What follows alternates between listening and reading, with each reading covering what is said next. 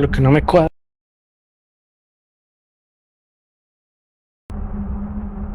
Tendría que ponerlo como así, ¿no?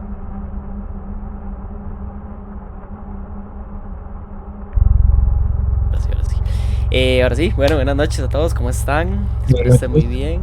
Buenas noches. Aquí creo que ya estamos varios, ¿verdad? Sí, ya veo 5 por ahí, 6. Ok, muy bien. Bueno, para esta noche tengo varias buenas noticias.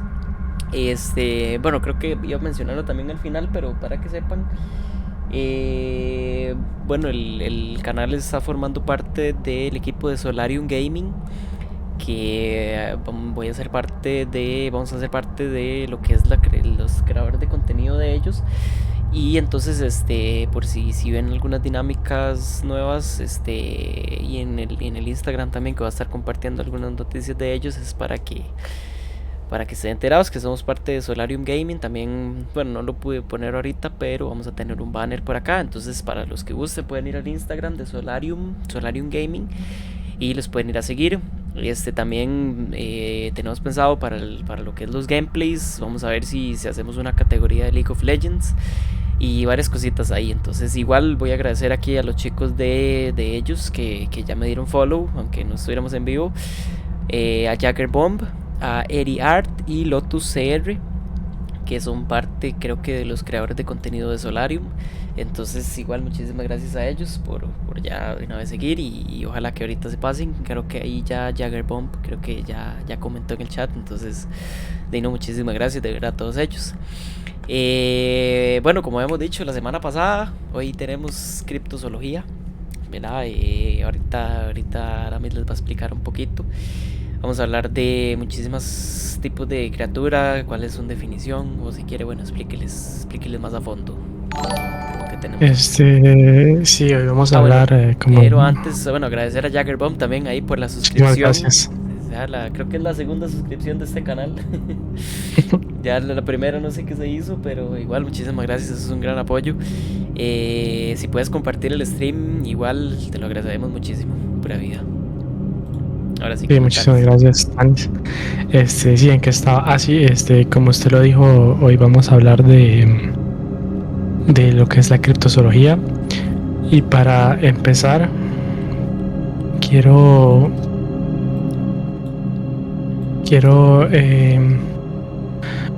dar un dato importante, un dato curioso, digamos, el dato que da escalofríos, digamos, si se puede decir así. De acuerdo al último estudio realizado por los zoólogos, se calcula que existen 7.77 millones de especies animales en la Tierra y en el océano. De todas ellas, solo se han descrito 960.000 especies. Estamos hablando que incluso los más sabios, incluso los científicos, ignoran el 75% de la vida en este planeta. Y es justamente de eso de lo que vamos a hablar hoy. Sí, eso. Qué buen dato, porque es algo que inclusive yo he pensado a veces, y que he hablado con gente. O sea, uno no se puede imaginar la cantidad de cosas que, o sea, o sea, nos dedicamos a explorar el espacio y otros planetas y buscar vida en otros planetas, cuando inclusive podemos encontrar vida diferente aquí mismo. O sea, hay muchísimos lugares donde no hemos llegado y ni sabemos qué es lo que hay. Entonces es No, o algo. sea, y ciertamente da unos ciertos escalofríos, ¿no? Saber que el 75% de la vida que se conoce, de la vida que existe, es completamente desconocida. O sea, no sabemos qué hay, y no sabemos ni siquiera lo que hay en los bosques y mucho menos en el fondo de los océanos. Mm, Entonces, ese era el pequeño dato para empezar. Para saber lo que es la criptozoología, hay que saber que el término se le atribuye a un zoólogo franco-belga, Bernard Heuvelmans, y define la criptozoología como la pseudociencia que estudia los animales sobre cuya existencia solo poseemos evidencia circunstancial o testimonial, o bien evidencia material que es considerada insuficiente por la mayoría. O sea, de un lado tenemos los hechos, la realidad, los estudios, lo concreto. Del otro lado tenemos los cuentos, los mitos, las leyendas y las historias. Y entre los dos existe como este gris. Y estas preguntas que no tienen respuesta. Y es justamente ahí donde la criptozoología toma fuerza, digamos. Es de ahí su estudio es en ese gris. Hubermans argumentó que la criptozoología tenía que ser practicada de manera científica, pero siempre tratando de guardar un espíritu abierto, ¿no? Siempre hay que tener... uno no puede encerrarse dentro de los métodos, digamos, dentro de la manera de pensar científica a 100%, porque si no, no se podría.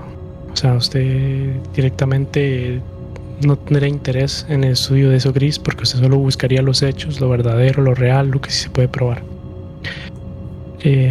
Aunque, como digo ya, Hubermans, el creador, digamos, el que se le atribuye la definición de criptozoología, era un zoólogo, era un científico, era un biólogo. Entonces digamos, él tenía no era ningún conspiranoico ni tampoco. No era un tipo que andaba buscando hacerse famoso o inventando. No, él era un científico estudiado, pero según él habría que prestarle mucha atención a las tradiciones y a las creencias populares sobre ciertas criaturas.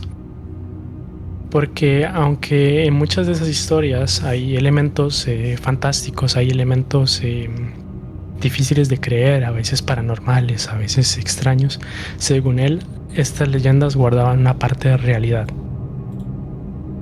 Y guardaban una parte de realidad que según él era lo que la criptozoología debía buscar a probar. Hay que saber que la criptozoología es bastante vacilona en el sentido de cómo trabajan o de su objetivo, porque el objetivo de un criptozoólogo es trabajar para no tener que trabajar más. Me explico. Cuando un criptozoólogo logra probar la existencia de una criatura, esta pasa a ser del dominio de la zoología común y corriente, de la biología normal. Entonces ya ellos ya no es parte de su trabajo, ya no. Entonces es ahí lo vacilón de esta rama de pseudociencias. Evidentemente, por su objeto de estudio, por lo que se busca, por lo que se investiga, la criptozoología, como lo dije la vez pasada, está muy ligada a lo que es la ufología y también a lo que son la cacería de fantasmas o este tipo de temas paranormales, evidentemente, porque existen varios puntos en común, existen ciertos casos en los que estas materias se cruzan, ¿no? Sí, igual, de hecho, bueno, una de las historias que, como siempre, yo traigo las historias aquí. Una de las historias que voy a contar hoy está muy ligada con el hecho con todo este tema de la ufología, y fenómenos paranormales y eso, porque, o sea, como comparte su segmento digamos, de misterio con esa parte, entonces sí está muy ligada con todo eso. Sí, de hecho lo vamos a explicar, voy a explicarlo ahorita. La criptozoología tiene como un abanico de categorías en las que se clasifican los diferentes las diferentes criaturas, los diferentes objetos de estudio. Y justamente voy a ir con usted listándolas y enseñando un ejemplo de cada uno para que se vea, para que se pueda visualizar, ¿no? Hay que saber que esta escala es como una escala de probabilidad de existencia. Vamos a ir del más improbable, de lo más poco real, hasta lo que es real.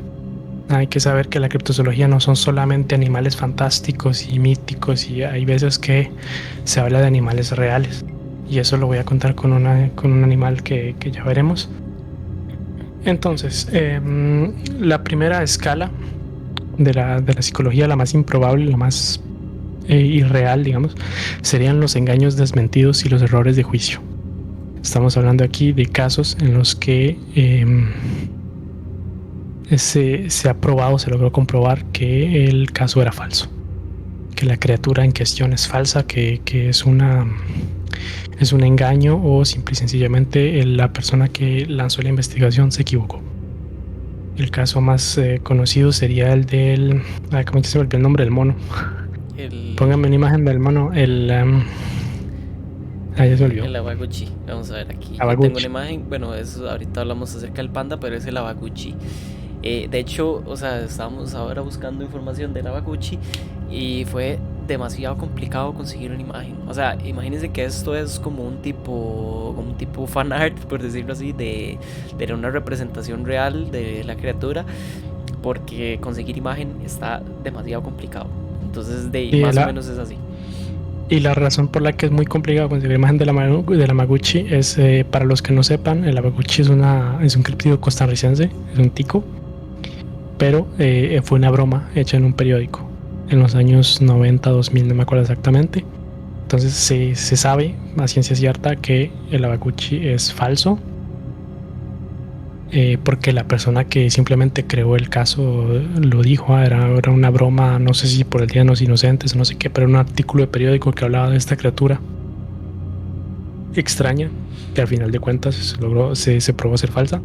El otro caso sería el caso de las sirenas, por ejemplo. Vamos a poner. No sé si me puedo Pero poner una imagen de las sirenas. eso fue un buen troleo, la verdad. Sí. Vamos a ver, creo que de sirenas no tenía. Vamos a ver, dame un segundito. Porque. Vamos a ver. Porque también de sirenas, o sea, siempre salen, pero todos los montajes y cosas que se hablan de las sirenas. Creo que sí la había logrado montar. Vamos a ver, dame un segundito. Para poner la imagen de una sirena, que supuestamente es la real. Por aquí están todas las criaturas de las que vamos a hablar ahorita. Uh-huh. Vamos a ver por aquí, ahí está la imagen. Una de las tantas que conseguí, que más o menos se ve que es de la real. Durante muchos años se creyó en se vendió este críptido como siendo una criatura real, como siendo una sirena real. Hay que saber que hoy en día se sabe que los chinos, los artistas chinos y del sudeste asiático le vendían a los marineros occidentales estas criaturas que en realidad eran fabricadas por ellos. Es un mono, el cadáver de un mono que cocían a un pez, y les daban ese aspecto, ¿no? Entonces durante muchos años los chinos vendieron a los occidentales esta cosa como una prueba real de la existencia de las sirenas, pero que en realidad hoy se sabe que es falso. Okay. No son los únicos, que no es la única vez. La historia de las sirenas es muy interesante porque no es el único caso en el que se sabe que mucha gente ha tratado de falsificar pruebas para ganar dinero. Ok. Bueno, aquí me dicen que el micrófono está más fuerte. Voy a bajarlo un poquito. Igual, para de una vez agradecer a Daniel DG por el follow. También muchísimas gracias. Muchas gracias. Vamos a poner las imágenes que tenía ahorita para volver a poner la de la sirena. Entonces sí, como dije, la sirena ya ha habido varios casos a lo largo de la historia en los que una persona ha falsificado estas criaturas o estas partes de criaturas, digamos, para ganar dinero. A los vikingos hacían lo mismo con los narvales, que los narvales son una especie de delfín que tienen un cuerno muy largo. Ellos cortaban este cuerno y lo vendían a los occidentales como un cuerno de unicornio. Y lo mismo pasa con los gigantes. ¿Cuántas veces se han encontrado pruebas de supuestos gigantes que terminan siendo falsas? Sí. Bueno, de hecho, perdón, hablando de eso, hay toda una teoría que de hecho un día estábamos discutiendo de la tierra esta, ¿cómo era que? Del continente perdido, se supone, de donde habitaban los gigantes. ¿Cuál era? No se recuerda cuál era el que estábamos hablando. Me parece. No me acuerdo el nombre que se utilizó porque para mí son los Nephilim y yo nunca he escuchado. Es que están esos gigantes de la Biblia que supuestamente son los Nephilim, pero se hablaba, o sea, hay una teoría de otros gigantes en el que, bueno, hay muchísimas teorías acerca de que hay un continente perdido donde están todo ese tipo de criaturas de la criptozoología y otro montón de bichos, pero también se hablaba de que ahí habitaban los humanos gigantes que nos escondían supuestamente, pero los Tartarios, la tierra de Tartaria, el continente de Tartaria. O sea, eso es una teoría muy loca también acerca de los gigantes. Sí. Este, ¿dónde estaba? Ah, sí, le iba por los animales paranormales, que es la segunda categoría. Hmm. Animales paranormales, como su nombre indica, son animales que tienen una cierta conexión con el mundo paranormal. El caso más conocido sería el cadejos. En todo caso, el caso más fácil de explicar sería el cadejos. Estamos hablando de un animal extraño, de un animal mítico que, bueno, no, de un animal mítico, no, de un animal extraño que tiene una base paranormal, ¿no? Se dice que según la leyenda cuenta, el cadejos tiene una conexión con el diablo, con la muerte, con el inframundo, dependiendo de la versión. Entonces es la categoría, digamos, la segunda categoría, o yo diría la categoría más improbable dentro Hmm. de la criptozoología. Es muy difícil probar la existencia de un animal paranormal, sabiendo que es imposible probar la existencia de lo paranormal.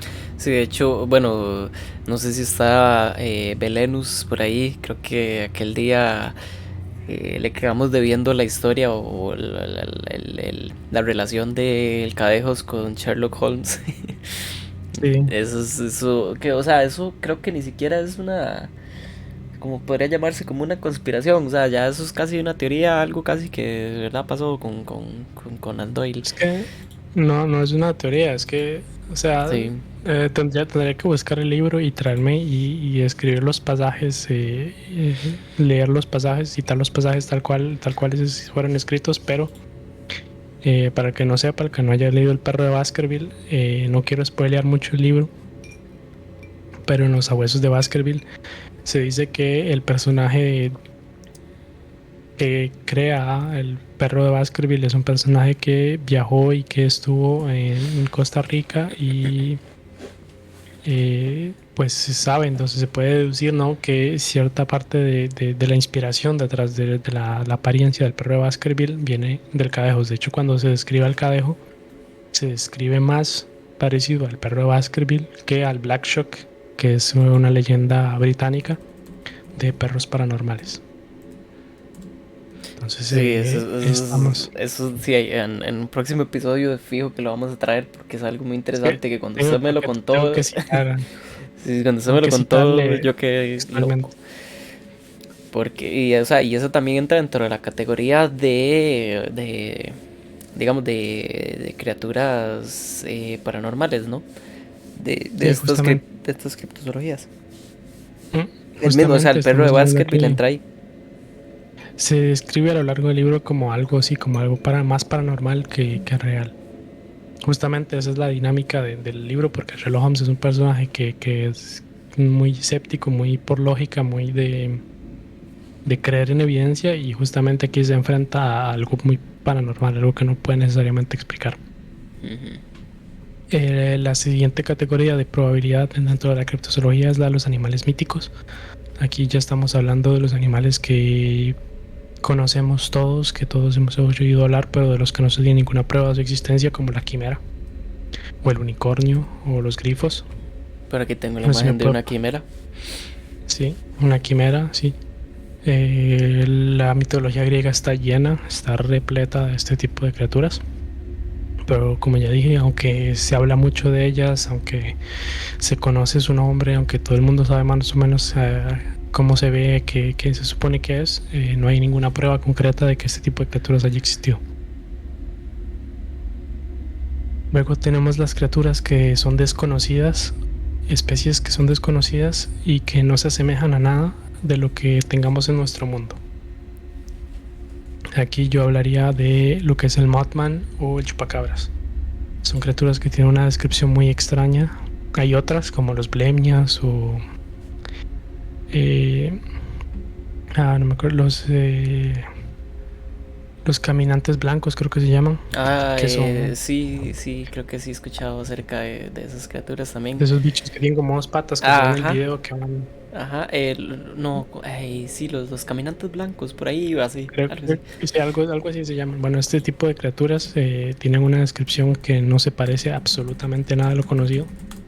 Ah, bueno, que ese carajo pues tiene una cara de pitbull, pero bueno.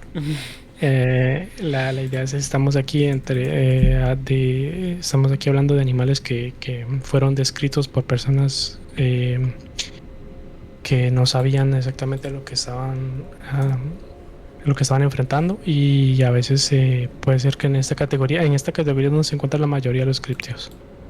La gran mayoría se encuentra aquí. Son animales que no se parecen a nada conocido, pero puede ser que sí, dependiendo de la descripción, a veces se parecen más. Bueno, ahí a mí me queda una pequeña duda en este tema. Digamos, este asunto del Yeti, ¿en qué categoría entraría? Ahora, el Yeti, el problema del Yeti está en la descripción que se haga del Yeti y en la traducción, Porque sí, porque porque la se traducción, habla siempre mucho como del gran monstruo de las nieves o del monstruo de las nieves o algo así es lo que se dice normalmente. es interesante que traiga el caso del Yeti porque el Yeti es uno de los casos, digamos, más científicamente estudiados. Ahora, bien, hay dos problemas con el Yeti. El primero es la descripción. El Yeti siempre se describe, en todo caso, hoy en día se describe como un mono blanco gigante. Algo así como el Sasquatch, pero en las nieves, ¿no? Ajá, sí. El problema es que la traducción de Yeti, eh, la traducción del antiguo nepalés, creo que es hombre oso de las nieves. Entonces ya aquí usted ve que Sí, hay una confusión. sí, ya ahí se está Escribe como un mono, tergiversando la vara. pero es un oso. De hecho, la ciencia ha descartado casi todas las pruebas, supuestas pruebas de la existencia del Yeti, exceptuando un par de pelos que se encontraron que no pertenecen a ninguna especie conocida. De acuerdo a los científicos, ¿no? que han estudiado estas pruebas, este pelaje sería de una especie de oso que sería como un híbrido entre un oso polar y un oso gris, un oso pardo, perdón. Eso es súper. Entonces, bueno, el problema del Yeti está, creo, en la descripción que se hizo en Occidente, describiéndolo como un mono. O sea, la asociación que se hizo al Sasquatch, que es diferente, cuando en realidad estamos hablando aquí de un hombre oso o de un oso. Entonces no entraría en esta categoría de criaturas míticas, digamos. Estaría en No, la de criaturas paranormales o ¿dónde estaría? no, el Yeti por su... Es que, como digo antes, depende de su descripción. Si usted describe el Yeti como un mono gigante de las nieves, entraría en la categoría de especies extintas que, bueno, sobrevivieron, ¿no? Un sobreviviente de una especie que se supone se extinguió. Ya hablaré más adelante de esa categoría. Pero, por ejemplo, un animal mítico, un críptido que sería considerado como más mítico, yo diría sería el hombre lobo, en su definición, que ya sea la definición europea, germánica, o en su definición americana, que sería el skinwalker o el wendigo. Que ahí sí estamos hablando de Sí, mitos. ellos. O los supuestos nahuales, ¿no? De la mitología nahua. Ok, ok. La categoría, justamente vamos a hablar de estas tres categorías que tienen una probabilidad más alta de ser reales porque aquí entramos en lo que se conoce como la dinocriptozoología, que aquí vamos a hablar de fósiles y de extinciones. Entonces aquí hablamos de especies que... Ok, aquí nos dice, entonces la criptología no hace la diferencia entre leyenda urbana, mito y criatura que probablemente existió. Sí, justamente, Sí. esa es la idea de estas categorías, es mostrar que hay ciertas en las que el mito va a tomar va a tomar la parte de arriba, digamos, va a tomar la mayor importancia dentro de la historia, y hay otras en las que estamos más cerca de la ciencia, de la realidad, de la biología, que de la leyenda. Sí, es como Por se ejemplo, yo diría explicaba. un dragón es un animal mítico, un dragón europeo, el lagarto gigante que escupe fuego. No hay ninguna prueba, aunque haya un montón de historias que hablan de dragones, no existe ninguna prueba de que hayan existido realmente. Bueno, ya veremos más adelante, por ejemplo, Sí, es como lo que usted explicó, digamos, la criptozoólogo o el criptozoólogo, digamos, en realidad trabaja para no tener trabajo. O sea, él busca, colabora con... sí, o sea, hace toda la evidencia, hace todo su procedimiento científico para llegar y demostrar que existe. Entonces, y si le muestra que existe, entonces ya no forma parte de la criptozoología. No, ya Entonces, voy hacia parte. Un ejemplo conocido es el ejemplo del Kraken. La leyenda del Kraken y de los calamares gigantes existe desde hace miles de años en muchas culturas y no fue hasta en el siglo XX creo que se logró descubrir el primer verdadero calamar gigante. Desde entonces ya no se habla del calamar gigante como un críptido, sino como un animal. Ya no estamos hablando de una leyenda, de un mito, de una criatura fantástica. Ahora sí estamos hablando de un animal que se sabe realmente existe. Entonces estábamos en las categorías de la que se llama la dinocriptozoología, que es aquí vamos a hablar de fósiles.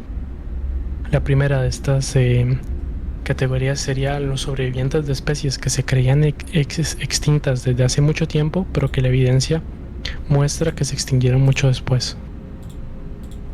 Es una categoría muy complicada de definir porque, bueno, dicen que, bueno, si yo le digo, los dinosaurios se extinguieron hace 65 millones de años, pero hay reportes de dinosaurios que se han encontrado después, supuestamente. El caso que yo podría hablar sería el caso de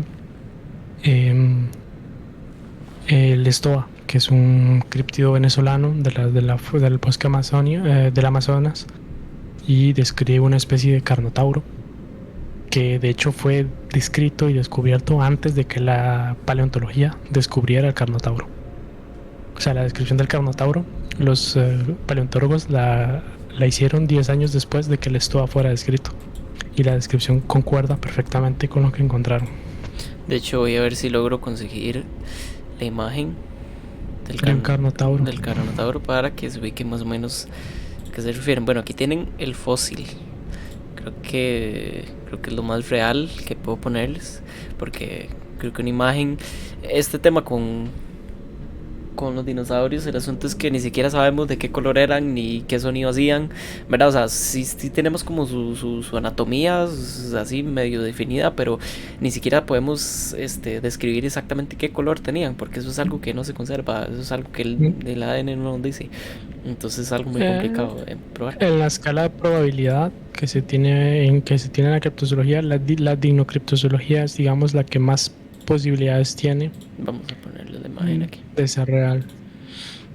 Vamos a ver, por acá está. Ok, creo que debería estar por aquí la imagen del fósil de el carnotauro. Ahí está. Esta es una imagen que conseguí así rápidamente de un fósil. Este animal fue descrito, se supone que se extinguió con los dinosaurios, y fue descrito por las tribus del Amazonas en los años creo que 70, 80, y fue descubierto como tal por la paleontología en los años 90. Entonces estamos hablando que durante 10 años había un pueblo en Amazonas que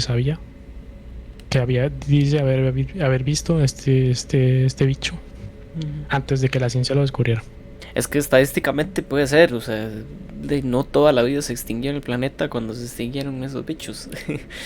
Entonces, de hecho, la siguiente categoría vamos a hablar de los fósiles vivientes, de lo que llamamos fósiles vivientes, que la ciencia no es un término que la ciencia le guste mucho, porque supone que estos animales no han evolucionado desde los tiempos remotos.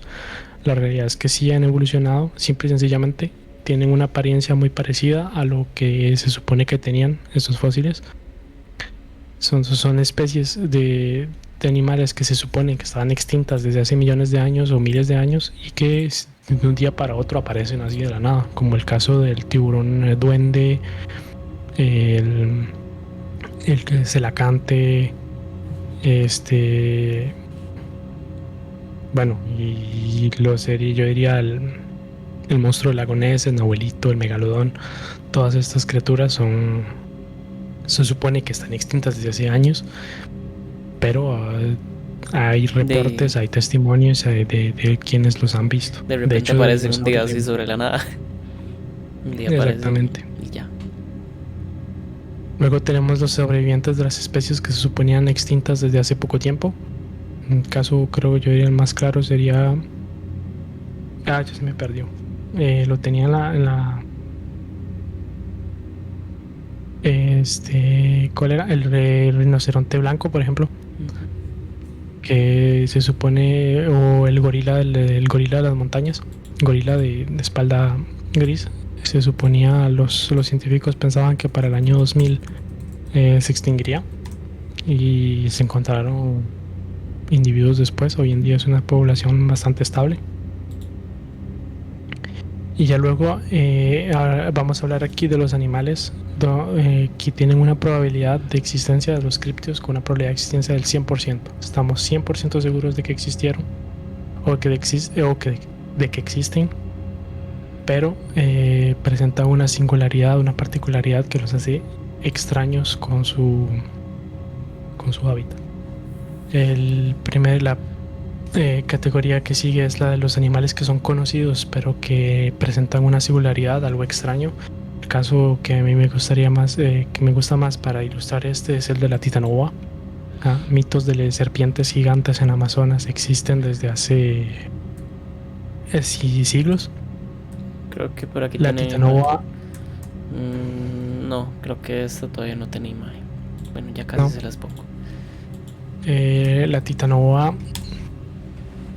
existió, se sabe, es la serpiente conocida hoy en día más grande que ha existido. Se estimaba que medía unos 15 metros, que se alimentaba de peces y capaz de comerse un cocodrilo adulto entero. Lo vacilón de las anacondas hoy en día, que son las descendientes de este tipo de criaturas, es que las anacondas crecen toda su vida. Ellas no tienen un... Y mientras más coman también, más crecen. Exactamente, entonces la anaconda gigante verde hoy en día, que es la serpiente más grande que se conoce, llega a medir unos 8 metros de largo de media. Ahí conseguí una imagen rápida de una representación de la titanoboa. Esta es una representación de la titanoboa. Hay gente en todo el continente americano que ha reportado haber visto serpientes de este tamaño. O sea, imagínense, vea el cuerpo de toda esa gente y aún así, o sea, es gigante. Imagínense una anaconda que sea vieja, muy, muy vieja, que haya logrado sobrevivir durante muchos, muchos años. Podría llegar fácilmente a este tamaño, porque es el tamaño estimado de la titanoboa. Estamos hablando del doble tamaño de una boa gigante verde hoy en día. Y también he escuchado que, o sea, las anacondas pueden vivir hasta 30, 40 años. Exactamente. Entonces imagínense una anaconda de 30 años.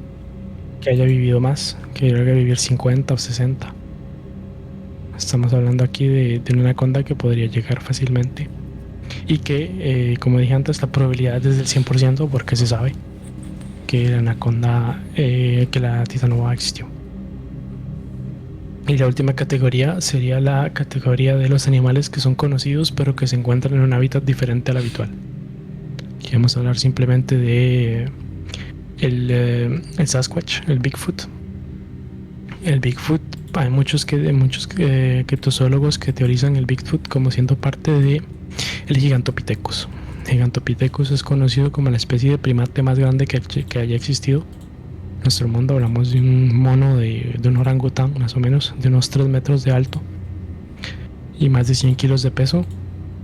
Y se estima que vivió en Asia.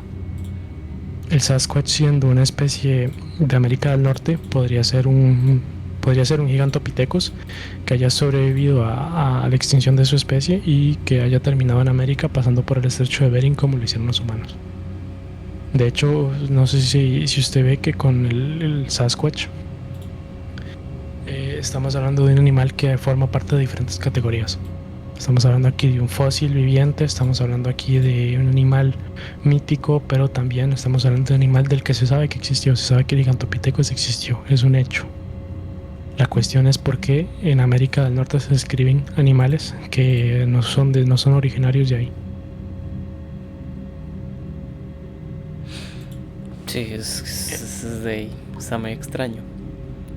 Exactamente, pero como digo, aquí estamos hablando de una probabilidad muy alta porque tiene su lógica. Y es que sí, tiene toda la lógica, o sea, ¿cómo fue que cruzaron de los humanos al otro lado? Exactamente. ¿Y por qué no lo pudo haber hecho en el animal?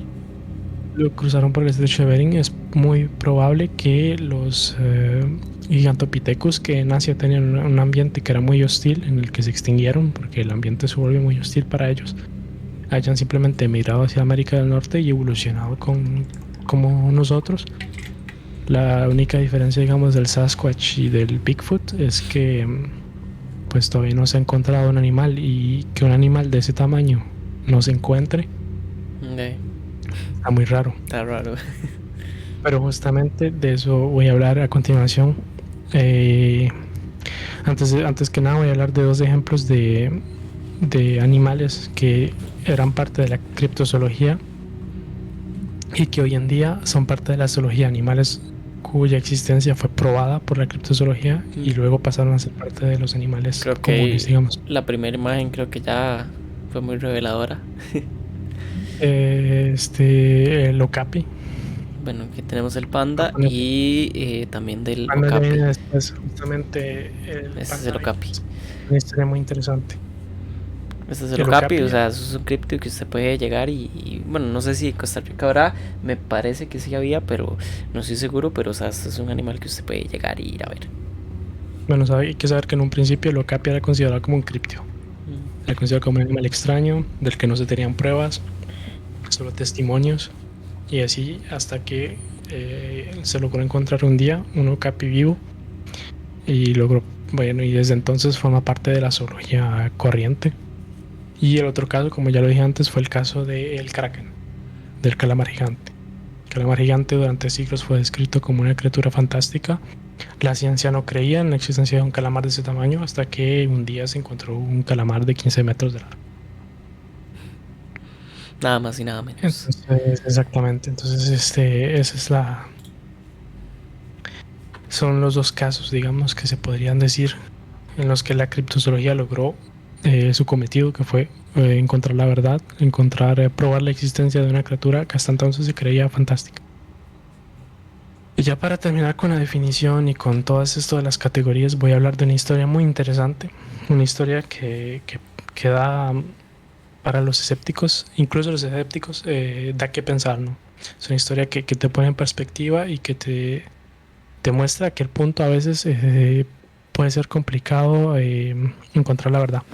Y para eso voy a hablar de la historia del panda. Póngame ahí la imagen del panda, por favor. Ahí está. Entonces, para el que no sepa, esto es un panda. Es un oso chino. Los pandas son bastante grandes. No sé si llegan a pesar más de 100 kilos, pero por lo que veo, podría ser que sí. En todo caso, son animales muy grandes. Y hay que saber que en 1869 nadie sabía lo que era un panda. El mundo no sabía lo que era un panda. En todo caso, el occidente. El padre Armand David, que es un padre francés, viaja de misionero a China. Y en este viaje se encuentra con la piel de un oso blanco con manchas negras. Él está fascinado por la criatura, nunca había visto un oso de ese tipo, y le pide a los locales que le traigan un espécimen de ese animal, que le enseñen dónde es, qué es eso. Y entonces los locales le traen un panda, pero le traen un panda muerto, y le dicen que andar paseando un bicho de ese tamaño no es fácil. Entonces que encontrar uno vivo y traérselo hasta aquí no es nada fácil. Y entonces el misionero hace todo un artículo hablando del panda y este oso extraño de China, y entonces todos los científicos occidentales que estaban emocionados por la noticia se fueron de viaje a China buscando el panda, pero no lograron encontrar a ninguno. En el año 1900, estamos hablando de 30 años después, los científicos concluyeron la misma cosa que los científicos de hoy en día concluirían: el panda estaba extinto, ya no quedaba ningún panda vivo. Fue hasta 1929, todavía 30 años después, que se logró encontrar los primeros especímenes de panda vivos. Estamos hablando que por casi 60 años los científicos entrenados, equipados, no lograron dar con un animal del tamaño de un oso, del cual no solo estaban seguros de que existía, sino también dónde vivía. Ellos sabían exactamente cuál era su hábitat, qué comía y en dónde era que se encontraba. Y durante 60 años no lograron encontrar ninguno. Entonces, si estamos hablando de si algo de ese tamaño, si algo de lo que estamos seguros no fue fácil de encontrar, imagínense todo lo que se nos escondió y todo lo que no hemos logrado encontrar solo basándonos en mitos y leyendas. Eso está muy interesante. Demasiado, sí. O sea, imagínense. o sea, voy a volver a poner la imagen, pero, o sea, vea este bicho. Y, o sea, y un panda tampoco es que tenga mucha movilidad, o sea, no es un pájaro, que, o sea, que usted tiene que estar en el momento preciso para llegar y verlo, porque si no se le baja, o sea, y no, eso es No es un un... animal que tenga un camuflaje muy especial, ¿no? Tampoco, o sea, es blanco y negro, tampoco es que sea mucho. Y aquí estoy viendo que la masa puede andar de 70 a 120 kilos, o sea, es un bicho que cuando camina, o sea, con solo caminar, o sea, usted lo escucha. Imagínese, o sea, estoy tratando de contextualizar eso para que uno se pueda imaginar el nivel de criaturas que tal vez ahorita en este momento creemos que es puro invento, pero o sea, que puede ser que existan. Y aún así, imagínense en el mar más que todo, que es un lugar tan extenso, que es más amplio que la Tierra y más hostil todavía, en el que no podemos llegar a ciertos lugares. O sea, hay muchos depredadores y presas inclusive que ahí se pueden esconder. Entonces creo que sí es algo muy interesante que da que pensar, la verdad. A mí la historia del panda me gusta porque permite, como digo, poner en perspectiva la cosa y decir, bueno, si un panda se nos escapó durante 60 años, puede ser que el Bigfoot exista y que simplemente no hayamos encontrado todavía uno. Ujú. Sabiendo que, aunque nosotros sepamos la zona en la que se supone que Bigfoot, hay que saber que la región en la que se supone que este bicho vive es una región muy poco habitada, una región muy perdida, muy hostil, muy isolada.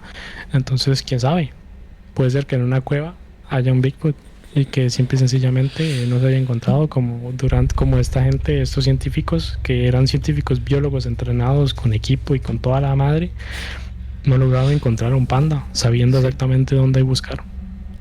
Sí, no, y eso es muy importante, y creo que lo hemos venido diciendo estos podcasts anteriores, de que la importancia de que exista gente así, que se salga fuera del pensamiento y empiece a imaginar o pensar cosas que tal vez la lógica le dice a uno como que nada que ver. O sea, ¿quién se va a imaginar que un semejante oso Con eso eh, sería blanco y negro. sí, o sea, y de esa forma y todo?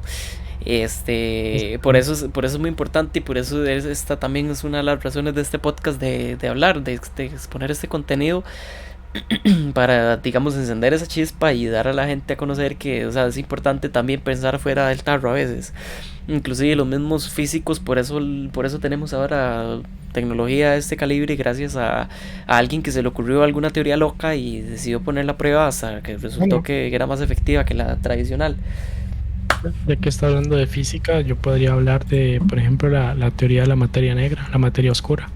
Eso es algo, sí, eso, Eh, eso es algo también que no sabemos qué es, pero en realidad es la mayor cantidad de energía que hay en el universo, pero no sabemos qué es. Exactamente. O sea, no se sabe qué es, no se puede probar su existencia, pero la materia negra, si usted no la toma en cuenta, todo lo que sabemos hoy en día de la gravitación y del cosmos es falso.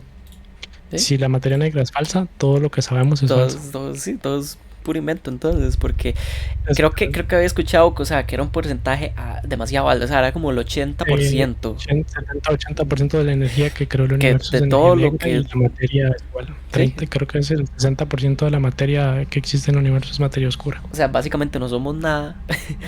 y, Exactamente. y en realidad la materia oscura, o sea, algo que no sabemos ni por dónde empezar a investigar, es más bien lo que conforma todo. Entonces, da posibilidad a demasiadas cosas, igual con la criptozoología. Por eso es importante todo, o sea, estos temas es o sea, mucha importancia que se investigue y que se hable, porque como estamos hablando de esta historia del panda, o sea, porque por algo tan simple como pensar en un oso blanco y negro, y que alguien lo vio y que alguien dijo, de ahí descubrieron una especie nueva, y entonces imagínese todo lo que puede haber allá afuera.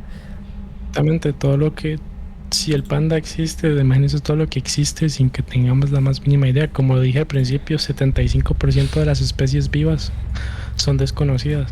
Y aquí es donde estoy de acuerdo con la definición que dio Bernard Heuvelmans, el creador de la criptozoología, diciendo que aunque la criptozoología debía ser practicada con rigor científico, había que tratar de guardar una mente abierta y un espíritu interdisciplinario, ¿no? No solo cerrarse en lo de en la biología, no solo cerrarse en esta caja y tratar de ir más allá y ver, digo, cuántas especies podrían ser descubiertas si simple y sencillamente se pensara.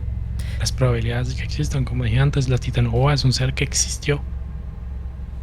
Puede ser que todavía haya quedado una o que simple y sencillamente haya anacondas que lleguen a ese tamaño. Lo mismo pasa con el megalodón, que creo que es el criptido más conocido, el que se supone extinto, pero muchos científicos, incluso biólogos, piensan que tal vez no, Sí. que podría existir un animal de este tamaño. Y de hecho hace poco salieron muchísimas fotos y videos de gente que lo había captado. Yo no sé si usted vio eso. No he visto, pero ahora el problema de la criptozoología, como lo dije Sí, en el igual, o sea, podcast con todos pasado, esos temas también, o sea, que sale gente buscando su minuto de atención, como en todos los temas y como dije inventando sí, el varas. podcast pasado, que el mayor enemigo de las de este tipo de pseudociencias, como es la criptozoología o la bioulufología, son las falsos avistamientos, ¿no? Son los engaños, son gente buscando atención, ¿no? Cuántas supuestas evidencias del monstruo del lago Ness No, y terminaron el siendo falsas. montón de montajes y hasta creepypastas y todo. O sea, Exactamente. ese es el problema que termina afectando todo el estudio y toda la investigación al final. Sí. Y de ahí eso entorpece todo, pero al final, por dicha, todavía existe gente que sí se compromete y sí investiga a fondo y termina dando con cosas ciertas. Ujú. Cosas extrañas, sí. Y como le estábamos diciendo también, creo que fue el podcast pasado también. O sea, imaginemos que esto solo en la Tierra, estamos hablando solo de la criptozoología, ¿verdad? De aquí, Pero imagínense que allá no estamos- afuera, ¿verdad? Eso, bueno, lo dejamos para otro episodio de ufología, pero, o sea, imagínense allá afuera la cantidad de vida que existe y las formas que, o sea, no podemos ni pensar porque no nos sí, da para eso. imagínate las probabilidades, las posibilidades de lo que pueda haber allá afuera. Y Sí. eso, imaginando esto, y guardando un espíritu científico terrestre, imaginando formas de vida que concorden a lo que nosotros conocemos como vida. Ahora, si imagináramos formas de vida que no entraran en esta categoría, o sea, las posibilidades son infinitas. De ponerse a dibujar y ya le sale. Exactamente. Sí, no, Sí, no, no. entonces, Y de ahí, bueno, creo que podría ser el momento de contarles una pequeña historia. Iba a empezar con la historia del Mothman o del hombre polilla, pero creo que en este momento, hablando del océano y hablando de estas cosas, creo que calza mejor Julia. la historia de Julia. Vamos a ver. Por aquí la tengo, un pequeño artículo. No sé si han escuchado algunos de ustedes lo que ha sido el fenómeno del bloop o de este sonido bloop. Que esto fue un sonido básicamente que fue durante la Guerra Fría que captó Estados Unidos y la URSS, en el que o sea, ambos bandos, o sea, casi que el mundo entero se asustó de manera increíble porque eran micrófonos submarinos que tenían para detectar, bueno, submarinos, valga la redundancia, que enviara el bando rival ya para prepararse ante un posible ataque. Eh, en ese momento, no recuerdo exactamente el año, pero 90 y, yo creo. sí, por ahí. No, porque la Guerra Fría es del No, en la 91. Guerra Fría después sí, pero por ahí. 90, no. Ambos bandos escucharon un sonido que tiene o sea, por eso tiene ese nombre, algo similar a un bloop, que venía del fondo oceánico. Y si se imaginan o sea, el tamaño de una criatura que tendría que tener para emitir ese sonido, o sea, era algo que tenía que medir, o sea, Las estimaciones creo que hablaban de una criatura, que sí era una criatura. Las estimaciones hablaban de una criatura de más de 300 metros de, de tamaño, de o sea, superficie. eso es de 3 calles seguidas. Entonces se podrán imaginar el susto. Y, Sabiendo o que sea, y no, pensando que era una criatura, ¿verdad? Y si era algún tipo de tecnología militar, o sea, también tenía que haber sido algo monstruoso. solo para Entonces no ponerlo en calzaba por ningún perspectiva, lado. solo para ponerlo en perspectiva, se estimaba que la criatura que hizo el de Bloop, si era una criatura, andaba por ahí los 300 metros de largo. Para que se sepa, la ballena azul, que es el animal más grande que haya existido sobre la faz de la Tierra, anda por ahí los 45 metros. Entonces Entonces, estamos hablando de Entonces sí, o sea, estamos hablando de algo monstruoso. Y aún así, esto no fue la única vez que se ha captado un sonido proveniente del océano que no tiene ningún tipo de sentido. Eh, por eso aquí yo les traigo la historia de Julia, que es el nombre que se le ha dado a otro sonido captado en el océano. El 1 de marzo de 1999, la Administración Oceánica y Atmosférica Nacional Estadounidense, que por sus siglas se lee NOAA, detectó un fuerte y poderoso sonido proveniente de las profundidades de la Antártica. El sonido fue suficientemente poderoso para ser detectado por absolutamente todas las estaciones del sistema de escucha del Pacífico Ecuatorial y que se asemeja tenebrosamente a algún tipo de animal submarino. Pero como les estaba contando, sorprendentemente no es la primera vez que algo así sucede. En 1997, que fue que se captó el sonido de Bloop, alrededor de unos 1500 kilómetros al sur, en los mares antárticos, apareció el misterioso sonido de Bloop, que se trataba de un sonido extremadamente poderoso y que, al igual que el de Julia, se asemejaba al de algún gigantesco animal que viviera en las profundidades del océano. Aún así, a lo largo de todo el siglo XX, varias veces se han escuchado sonidos semejantes, y en su mayoría provenientes del Pacífico Sur, que es de donde se conoce que es el calamar más grande del mundo, que es les hablamos ahora del calamar colosal o el calamar gigante. La primera teoría de los investigadores con respecto a Julia implicaba un gigantesco desprendimiento de un tipo de iceberg gigante o el sonido de su deposición en el fondo del mar. Aunque esta teoría, con la cual se justifican prácticamente todos los eventos de este tipo, se rechaza por muchísimos investigadores. Esto bajo el argumento de que algunos sonidos semejantes provenientes de las superficies heladas del hemisferio norte no se han escuchado. Sí, contame, a ver.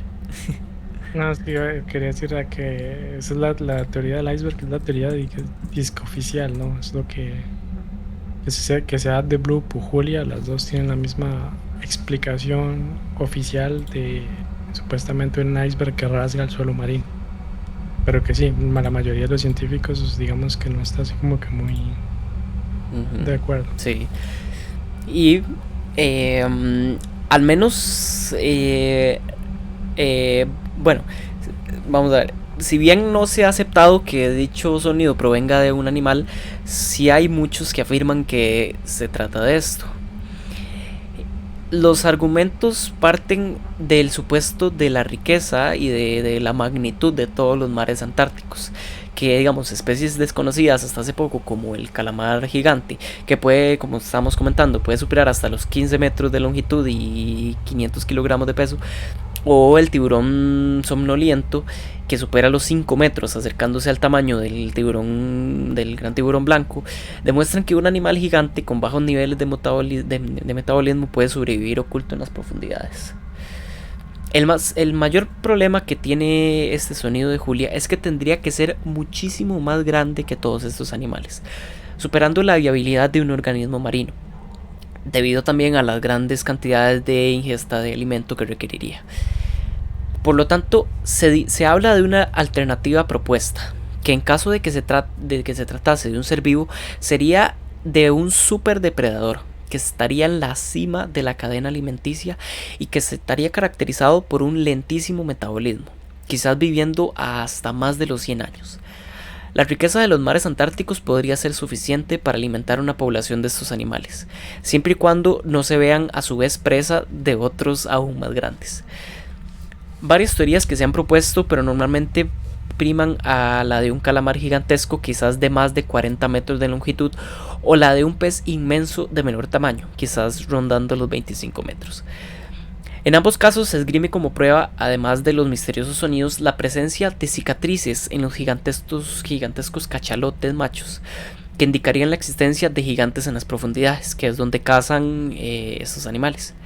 Y algunos testimonios de marineros que de vez en cuando alegan haber visto estas criaturas.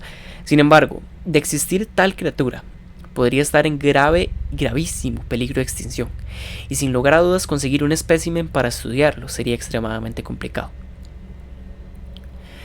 No es la primera vez, como les comento, que un sonido semejante aparece en los océanos.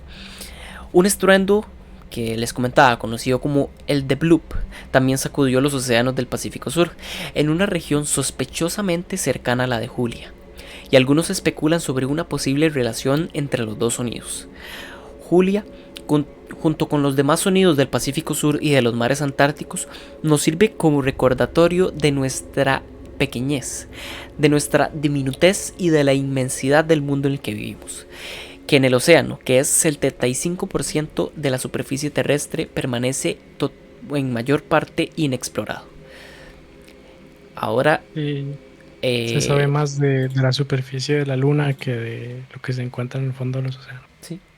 Ahora, para ilustrar un poquito, voy a ponerle nada más una pequeña parte, porque sí es un audio un poco largo, del sonido de Julia. Por acá lo tengo yo.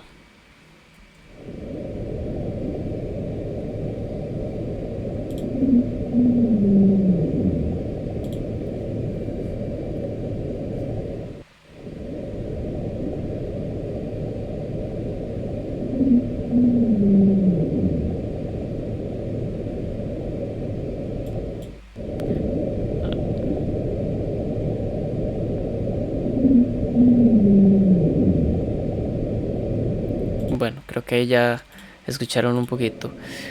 Eso es básicamente el sonido captado en los mares antárticos. Y que Vuelve a poner porque no lo escuché. No sé si soy solo yo o... es que es un sonido muy grave, porque como es un micrófono submarino, voy a volverlo a poner. Dame un segundo. Como es un sonido tan grave y tan bajo, sí tienes que subir el volumen para escucharlo.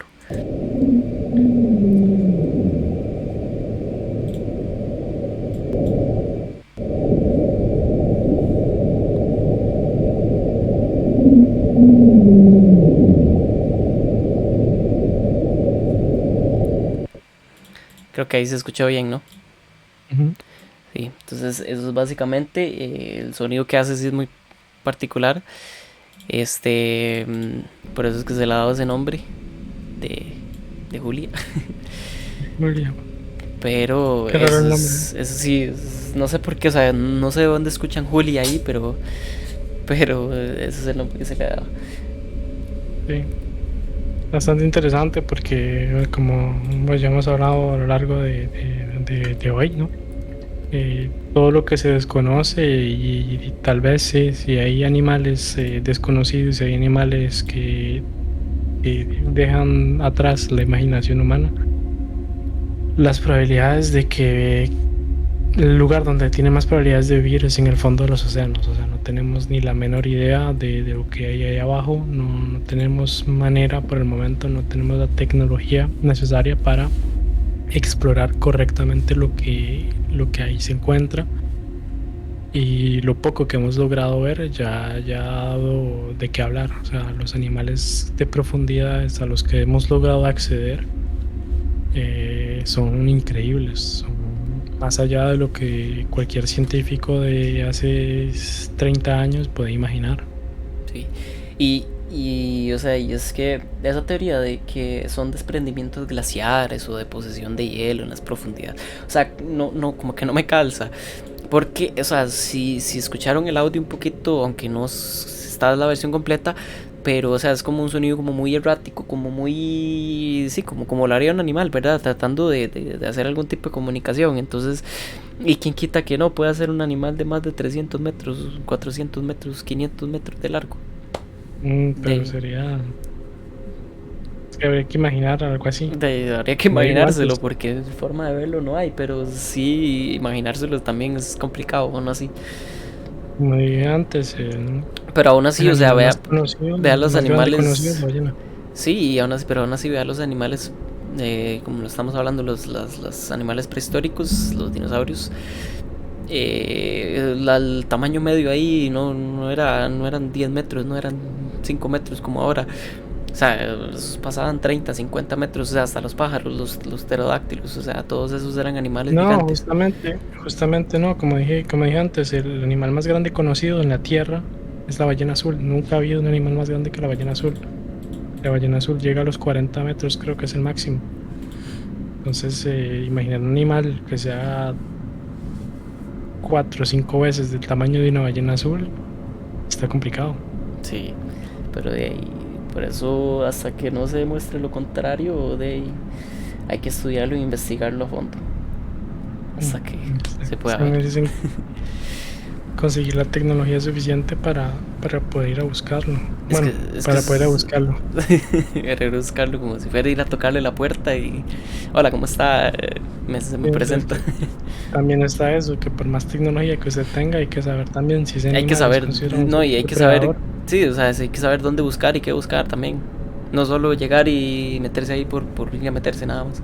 Y también el riesgo que somete, porque bueno, un animal de ese tamaño que se supone un super depredador, yo no creo que haya mucha gente que se quiera aportar voluntaria para ir a buscarlo. No, porque si aquí les da miedo ir a un zoológico a ver un león, un mono que está enjaulado, que está ahí totalmente, o sea, imagínense ahora meterse en el hábitat desconocido de un animal desconocido, o sea, no creo que haya muchos voluntarios para eso tampoco. Pero sí, es algo interesante. Creo que también podría contarles la siguiente historia. Que esto sí ya estamos hablando de la leyenda bueno, o del críptido que les está mostrando ahora. Vamos a ver si por aquí tengo la imagen. Que es el Mothman o el hombre polilla. En alguna ocasión todos hemos podido contemplar las impresionantes imágenes no sé si lo han visto, de la caída del denominado como Puente de Plata sobre el río Ohio en los Estados Unidos. Esto era un video que en el YouTube primitivo sí pasaba mucho. En el que Silver Bridge estaba balanceándose y como moviéndose en el aire, esperando que había un hombre encima del puente y estaba como esperando hacer un salto al vacío. Y también había gente sobre el puente que se estaba moviendo, y entonces era una imagen como muy trágica, ¿verdad? Todo esto que les cuento sucedió una tarde de invierno de 1967, un 15 de diciembre. Sobre las 5 de la tarde se desataría una tragedia que conmovió y paralizó el pulso de Norteamérica. En unas fechas tan señaladas como las navideñas, la carretera y el puente que cruzaba el río Ohio era la alternativa ideal para salir de compras y toda esta gestión navideña para familiares y amigos. Había que cruzar el denominado Silver Bridge o Puente de Plata, que recibía dicho nombre por el color que tenía. Eran por alrededor de las 5 de la tarde cuando el puente comenzó a ondearse y desequilibrarse, formando increíbles arcos en el pavimento y en toda su estructura. Nada bueno se presagiaba, corría un viento de velocidad moderada y la tragedia estaba a punto de comenzar. En ese momento, un testigo que transitaba por el mismo escuchó claramente como del puente emergía un ruido chisporroteante, según lo describe. Otros testigos habían oído levemente la misma característica del ruido en la estructura unos 30 minutos antes. El puente se quebró y se cayó. 64 personas que cruzaban en ese momento murieron trágicamente. 46 de ellas y 13 vehículos quedaron destruidos. El puente totalmente destrozado. Y esta es la crónica de una nefasta tarde sobre el Silver Bridge. Pero, curiosamente, en la zona donde fue construido este Silver Bridge, entre la unión de los ríos Kanagawa y Ohio, se produjo entre los años 1774 y 1775. Se produjeron una serie de enfrentamientos sangrientos que acabarían en tragedia y maldición. La zona de esa misma época se le atribuye a un ser de lugar maldito, que daba lugar a inundaciones e incendios que ha tenido atemorizados a todos los lugareños durante esos siglos. Estamos en el año 1774, cuando se produjo una batalla indoeuropea en la zona.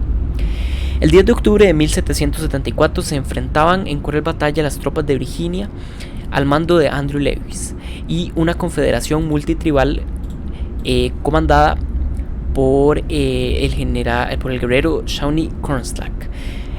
Esta batalla se produjo entre la unión de ambos ríos y en parte fue ocasionada debido a que el americano nativo era legislado en Virginia por europeos, en este caso por Mr. Dunmore, de origen británico, y tenía un fuerte carácter que creía que la milicia firmaría el tratado de paz.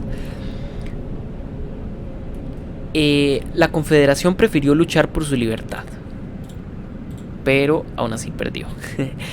Cornstalk lanzó una terrible maldición a toda la zona de la batalla durante 2 siglos antes de morir.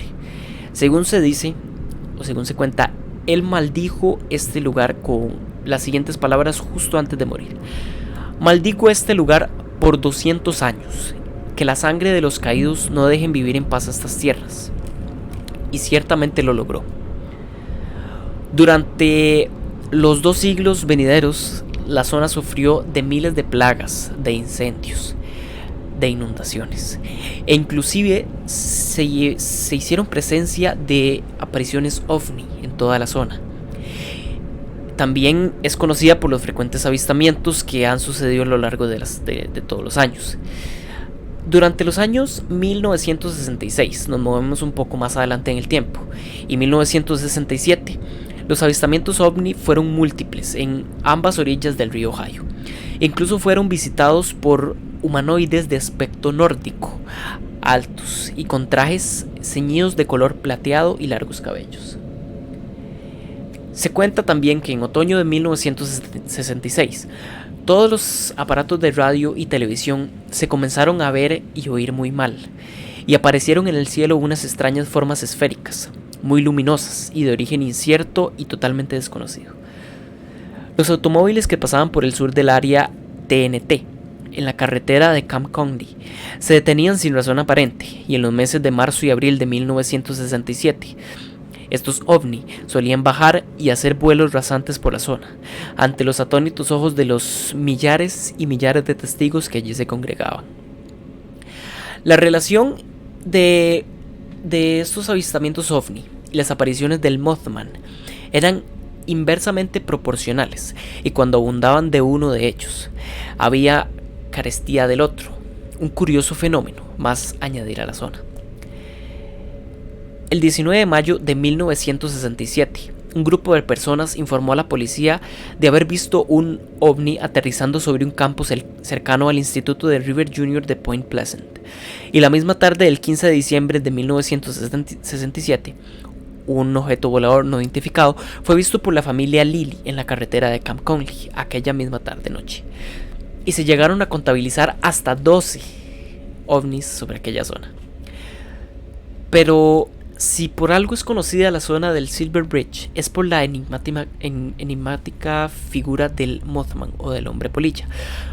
Como esto lo popularizó un periodista que se hizo eco de la aparición del mismo a tenor de todas las descripciones que los testigos hacían del mismo. El mito del hombre polilla es una de esas historias que más parece sacada de una leyenda urbana que de una experiencia real, pero la seguridad de los testigos y de los atestados policiales hacen de la misma historia una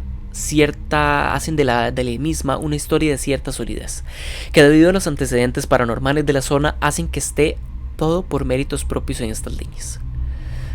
Se cuenta acerca del hombre polilla que apareció por primera vez un 12 de noviembre de 1966, cerca del cementerio de Clendenin, en Virginia Occidental. Kenneth Duncan, de un medio de Blue Creek, dijo que un ser humano como pardo se deslizaba entre los árboles y estuvo a la vista durante 1 minuto. Un año antes, un chico dijo haber visto a un ángel cerca del río Ohio, y en verano del mismo año, en 1966, una mujer del pueblo dijo haber visto a un hombre con alas, como con una forma de mariposa, sobre el valle de Ohio. Newell Partridge vio 2 objetos rojizos en un campo cercano a Salem en la noche del 14 de noviembre de 1966 y una extraña silueta alada que la provocaba. Un nuevo encuentro lo protagonizaría el 16 de noviembre de 1966.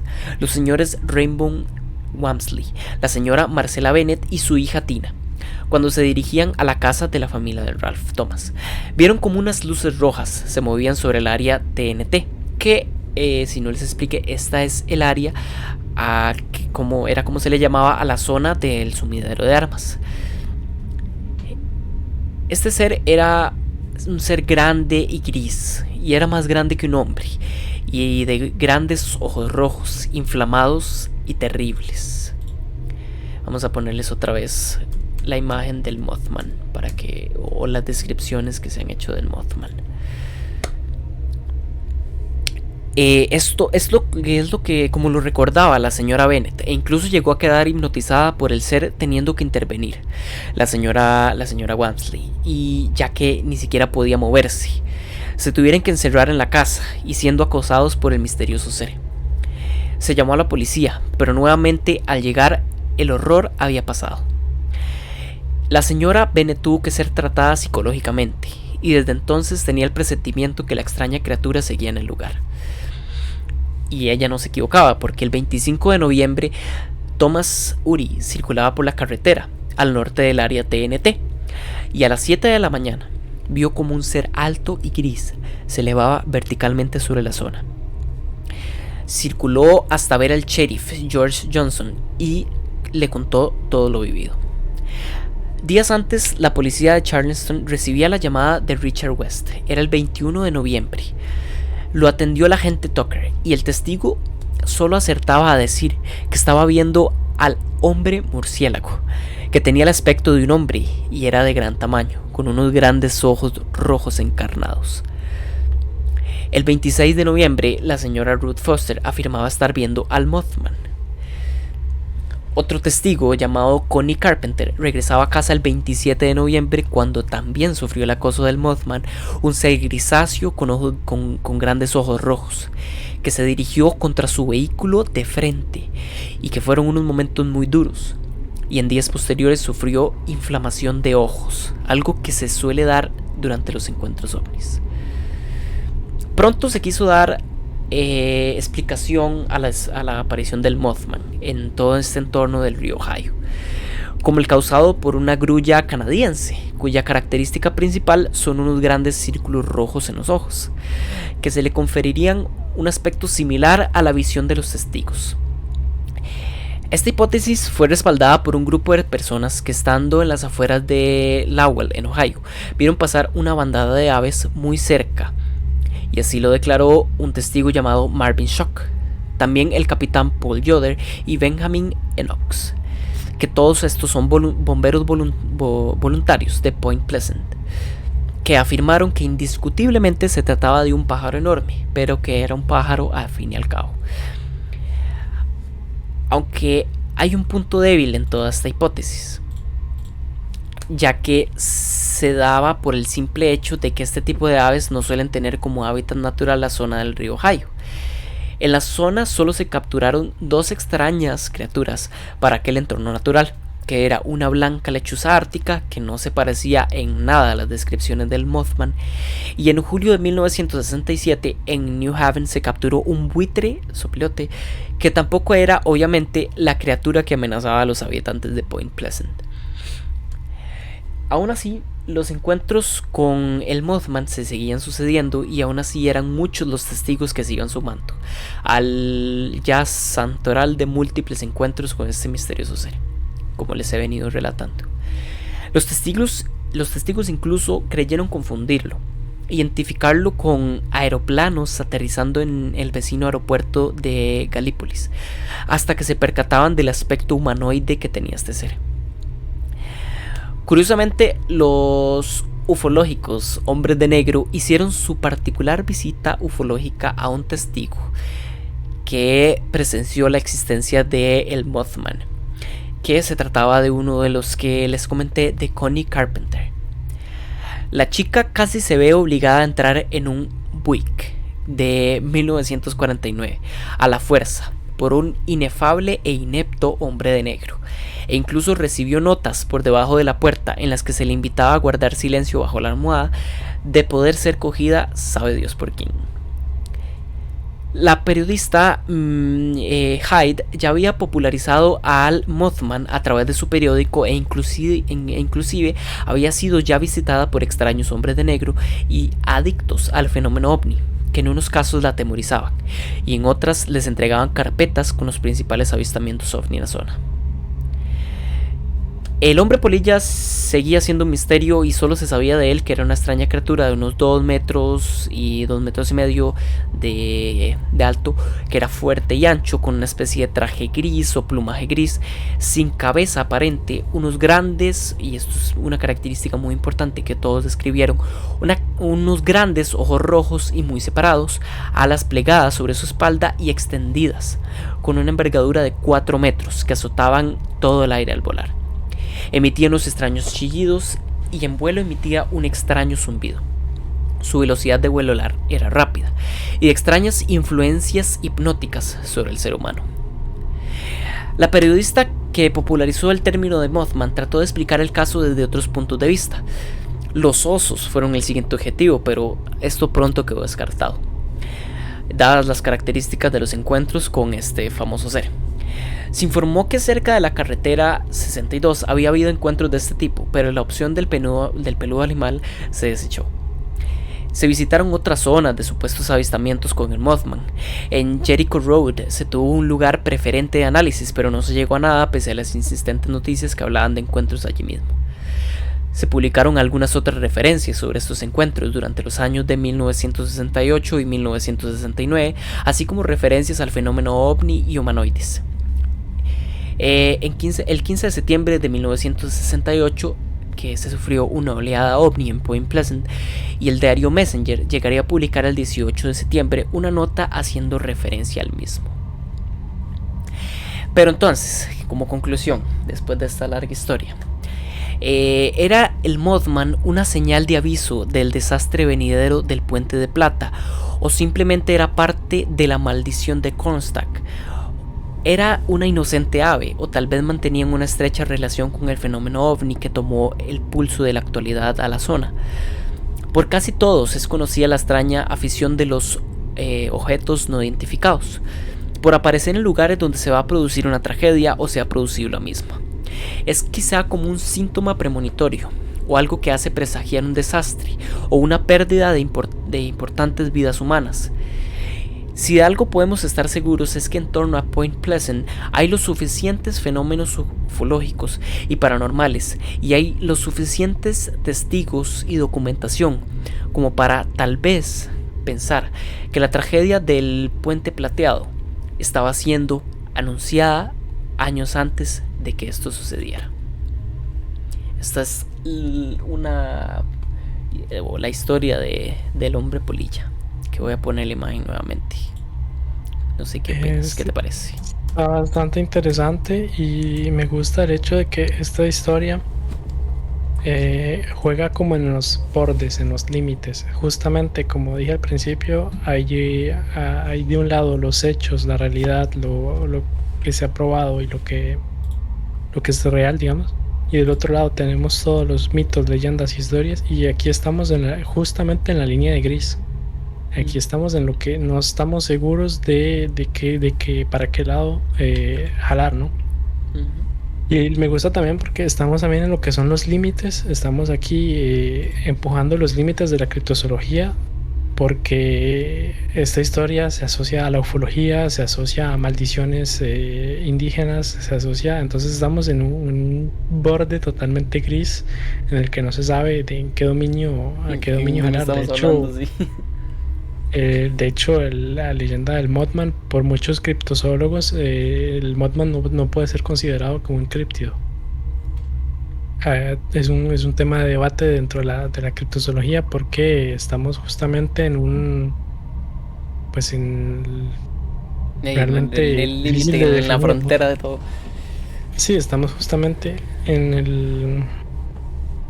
el límite de lo que se conoce y de lo que se define como tal y no. O sea, podría ser una historia concuerde muy bien con la criptozoología, como podría ser una historia que concuerda perfectamente bien con la ufología y con fenómenos paranormales y con maldiciones y con todo. Y de hecho sí, porque si nos volvemos a la clasificación, a las categorías que existen dentro de la criptozoología, sabemos que el Mothman sí está en ese punto en el que la probabilidad es muy baja, pero se juega con los límites, que es contrario a Julia. Lo que usted dijo de Julia, estamos más en una cosa que ya estamos Es tirando sí, para las probabilidades reales, científicas, biológicas, zoológicas de la cosa. Aquí vamos completamente al extremo del otro lado sí, sí, a manejarlo. por eso mismo me pareció interesante incluirla, porque aunque de ahí sea un tema de debate en la criptozoología, de ahí puede formar parte, porque no sabemos qué es y lo interesante es conocer un poquito de la historia que tiene detrás todo este tema del Silver Bridge, los avistamientos ovni, o sea, es algo muy interesante y muy curioso que de hasta el día de hoy no tiene como su respuesta definitiva, entonces por eso fue que la incluí y que la conocieran un poco, porque sí es una historia muy muy interesante. Me gusta porque se conecta con el podcast pasado, ¿no? Sí, Le sí, sí, también. hace como la continuación, ¿no? A lo pasado.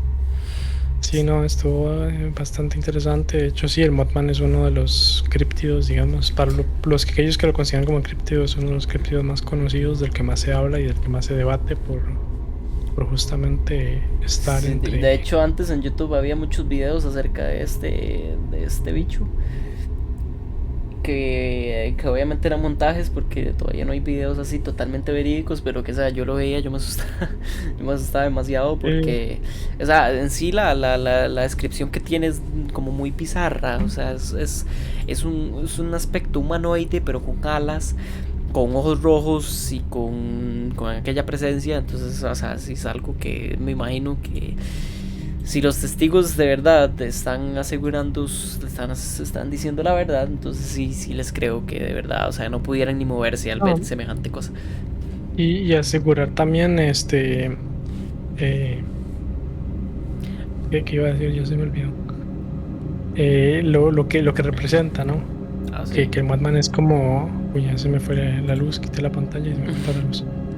Eh, lo que representa, que también lo que asusta tanto del Mothman es que está asociado como a un mal presagio, También, sí, como es como una maldición que sabe que si usted lo ve, es corra. que algo malo va a pasar. Sí, Exactamente, es la asociación, lo que da más miedo del Mothman es esta asociación con un mal presagio y con una catástrofe por venir, que eso fue lo del puente, que en el puente se vio y cuando después de que se vio el puente se cayó. sí, sí, sí, Y es interesante. yo me gustaría hablar de un críptido de tico local, nacional, un críptido que es muy conocido por nosotros y relatar un testimonio, ¿no? Una experiencia que viví cuando estaba más joven y voy a hablar de la Mona, la Ok. conocida, famosa, sexy y amada por todos, Mona, Mona. Bueno, lo cuente, la dame un Mona, segundo, yo ya casi ven. sí.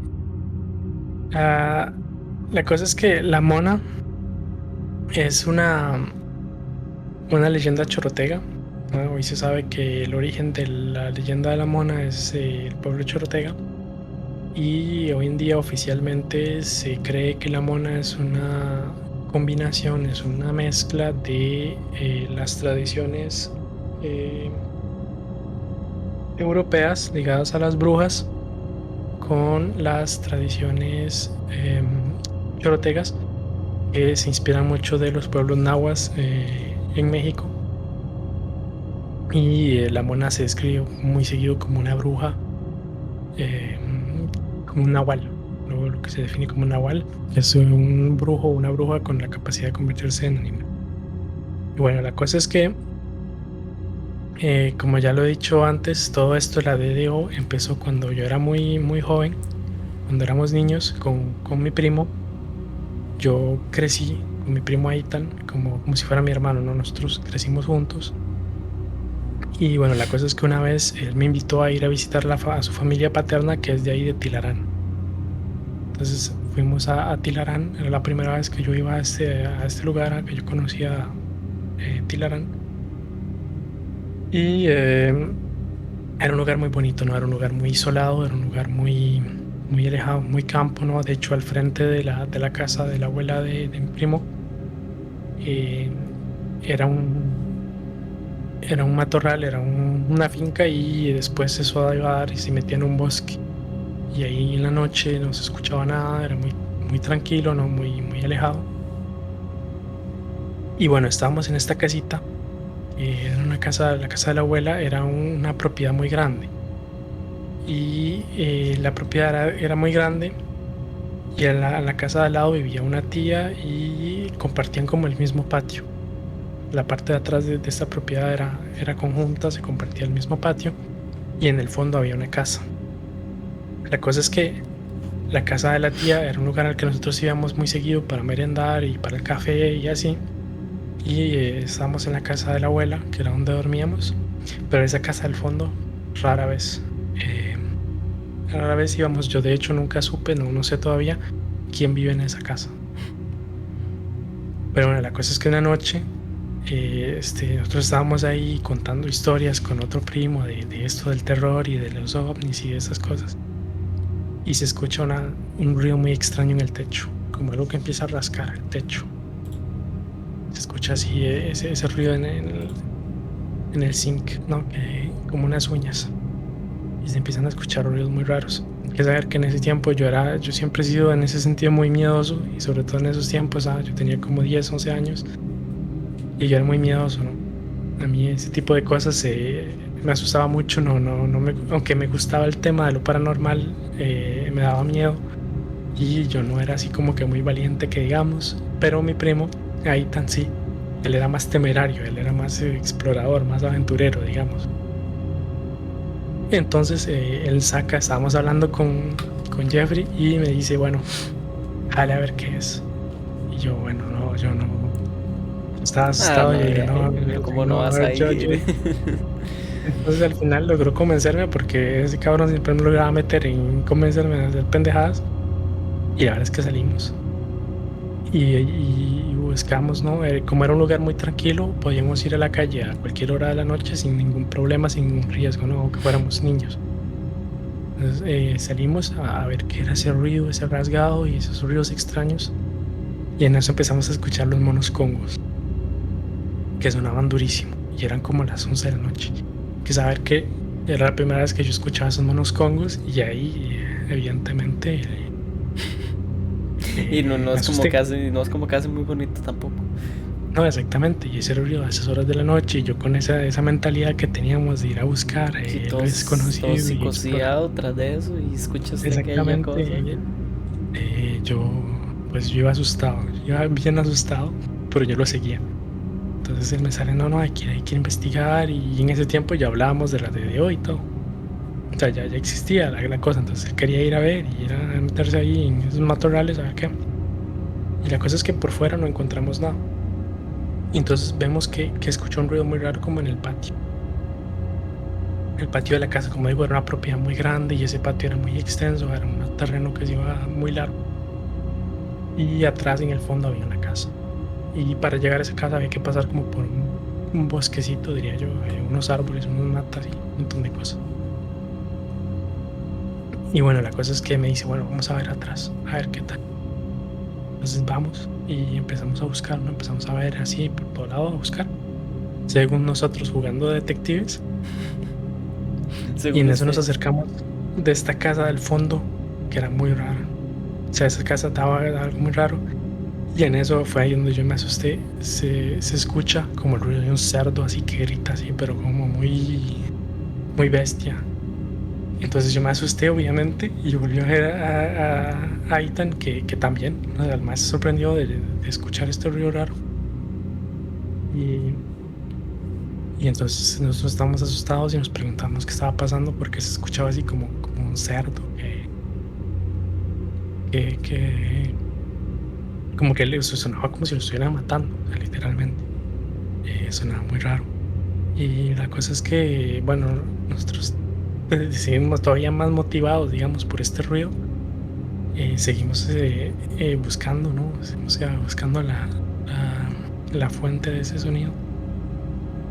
Y fue ahí entre los matorrales, que en esos árboles que se veía, escuchamos algo que se movía así en los árboles. Entonces empezamos a tratar de seguir el ruido, tratando de mantenerlos siempre a una cierta distancia de esa casa. Y la cosa es que se escuchaba más y más fuerte el ruido que íbamos buscando, hasta que vimos como una sombra de esas que usted ve que como que se mueve así, como de periférico, usted ve algo que se mueve. Entonces ahí incluso él se asustó, tiene ya ese punto, ya esa temerariedad, esa valentía, digamos, ya estaba llegando a su límite. Los estamos asustados y empezamos a ver para arriba, a buscar en los árboles, a ver así en los palos esos. Y fue donde ahí vimos así como un bicho raro, o sea, como un mono. Pero casi que sí, o sea, era muy raro, tenía como el pelo no tenía el pelo como un mono, sino como que se le veía piel rosada. Y el bicho se nos quedó viendo, así, nada más. Y entonces salimos corriendo como vas a éramos 2 carajillos de 11 años y salimos despichados para la choza y nos metimos en la casa de la abuela y no, tratamos de contar la vara y hablar con los primos y con la gente. Y fue donde un primo nos dijo, Freddy nos dijo, es que esa casa, como digo, yo no sé quién vive en esa casa, no sé si es algún familiar de mi primo, pero me dice, es que en esa casa había un brujo. Él y la señora son brujos. Y seguramente ese cerdo que usted escuchó fue, no sé, algún sacrificio, una cosa así, algo raro, porque ese señor se sabe que es un brujo. Y no, esa es la historia. Y como dije al principio, la mona es un nahual. Es una leyenda chorotega que se asocia a los nahuales, brujos que tienen la capacidad de convertirse en personas. Y por ese bicho raro que vimos, que no nos dio tiempo tampoco como de describirlo perfectamente, pero sí se podía ver que no era un mono, o sea, no era un mono como los que yo conozco o como los que yo sé que existen en esa región. Pues qué miedo. O sea, yo que soy de la familia no recuerdo haber escuchado esa historia, y si me la contaron no me acuerdo, pero que o sea, que loco. Yo sí recuerdo, sí, yo recuerdo la historia del brujo, que ese hombre, o sea, hasta quitaba, ¿cómo se llama? Quitaba gatos, así, el man ponía los gatos y o sea, estaba loco. Pero esa historia del sonido en la noche y del cerdo y todo eso, o sea, no me acuerdo. Sí. Está muy loco. Es que se está muy carajillo en ese tiempo. O sea, digo yo, sí. Nosotros teníamos, creo que fue la primera vez que yo fui a Guanacaste. Tenía yo 10, 11 años. Y ese ruido en esa casa, la fue allá atrás. O sea, usted conoce, usted ha ido al lugar, usted sabe que dónde es ese lugar, esa casa. Sí.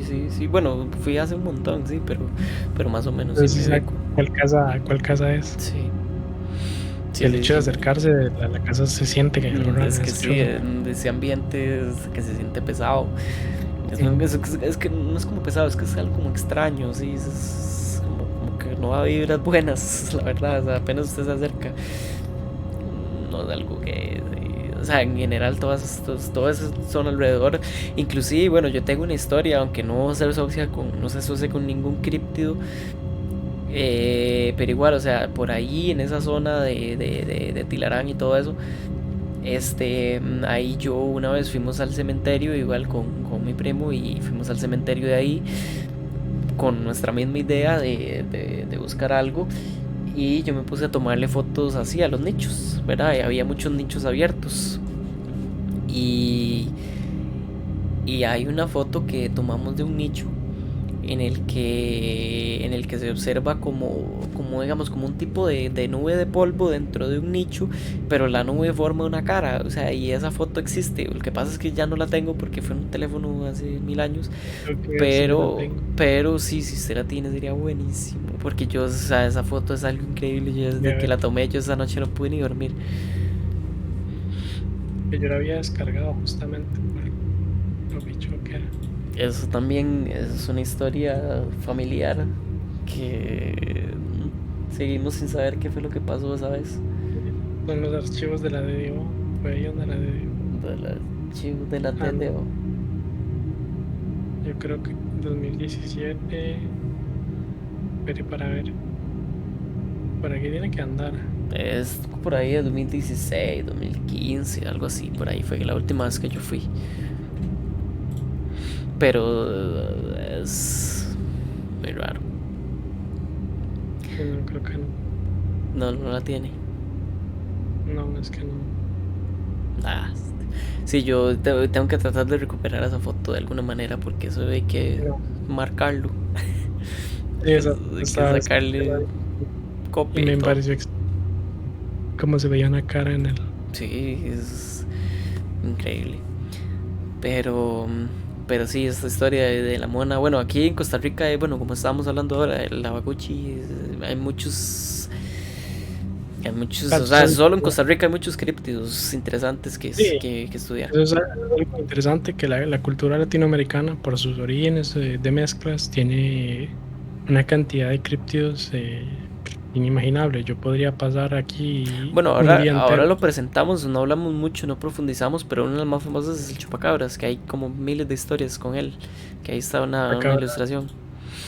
El chupacabras es el más conocido, de hecho el criptio tal vez más conocido de América Latina es el chupacabras, pero no es el único, o sea, están los abisotles en México, el mapinguari en Amazonas, el miñocao, el imbunche. Bueno, es que como dije, yo puedo pasar aquí un día entero solo citando Solo nombres hablando de de críptidos, sí.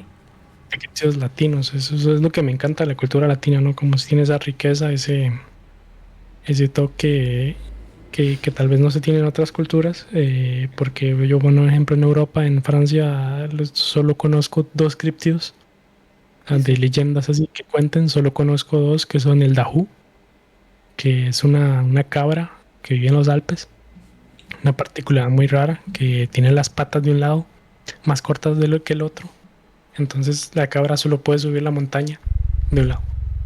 Y ya, eso es todo, esa es la leyenda del Dahu. Ah, no, bárbaro.